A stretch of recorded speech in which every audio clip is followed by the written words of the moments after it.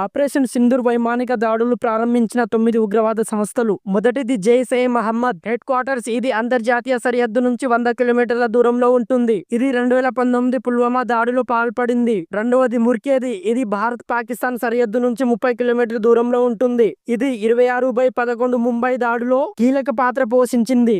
బహావల్పూర్ 2024 అక్టోబర్లో జరిగిన సోన్ముర్గ్, గుల్మార్గ్, ఇటీవల పహల్గామ్ దాడుల్లో సహా ఇది ముఖ్య పాత్ర పోషించింది. లైన్ ఆఫ్ కంట్రోల్ నుంచి 35 కిలోమీటర్ల దూరంలో ఉన్న పుజ్ రాజౌలి బెల్ట్ లోని గుల్పూర్ ని కూడా ఇండియన్ ఆర్మీ టార్గెట్ చేసింది. పాక్ ఆక్రమిత కాశ్మీర్ లోని కోట్లీలో సూసైడ్ బాబర్ చొరబాటు దారులకు శిక్షణ జరుగుతుంది. సర్జుల్ బర్నాలో అంతర్జాతీయ సరిహద్దు నియంత్రణ దగ్గరకు ఉన్న ఈ 2 కేంద్రాలు చొరబాటుదారులకు ప్రధాన కేంద్రాలు.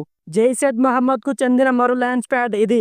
చొరబాటుకు వచ్చే ముందు ఉగ్రవాదులు ఇక్కడే బస చేస్తారు. ఇలా ఇండియా ఆర్మీ టార్గెట్ చేసిన 9 ప్రాంతాలకు ఉగ్రవాద కార్యకలాపాలకు సంబంధం ఉన్నట్లుగా గుర్తించారు. ఇలాంటి ఇంకా కొత్త విషయాల కోసం మా ఛానల్ ని సబ్స్క్రైబ్ చేసుకోండి.